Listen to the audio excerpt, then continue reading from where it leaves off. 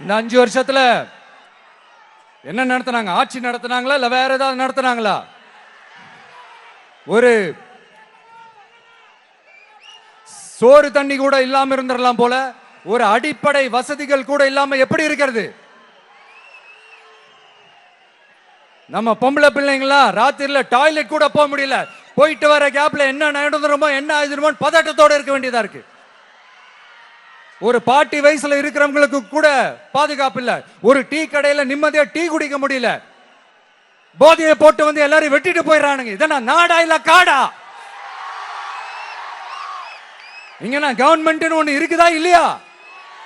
5 வருஷம் police department கையில வச்சிருக்கிற ஸ்டாலின் சார் ஒரு அடிப்படை பாதுகாப்பு கூட கொடுக்க முடியலன்னா எதுக்கு இந்த ஆட்சி, எதுக்கு இந்த அதிகாரம்?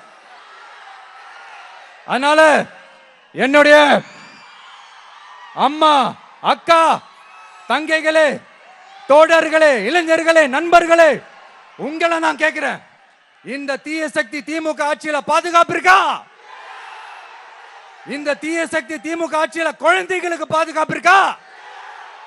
இந்த தீய சக்தி திமுக ஆட்சியில நீங்க நிம்மதியா இருந்தீங்களா? ஸ்டாலின் சாருக்கு மக்கள்லாம் முக்கியமே கிடையாது. மக்களுக்கான அடிப்படை வசதிகள், பாதுகாப்பு, இதெல்லாம் எதை பத்தி முக்கியமே கிடையாது. அவருக்கும் இந்த திமுக அரசுக்கும் இந்த 5 வருஷம்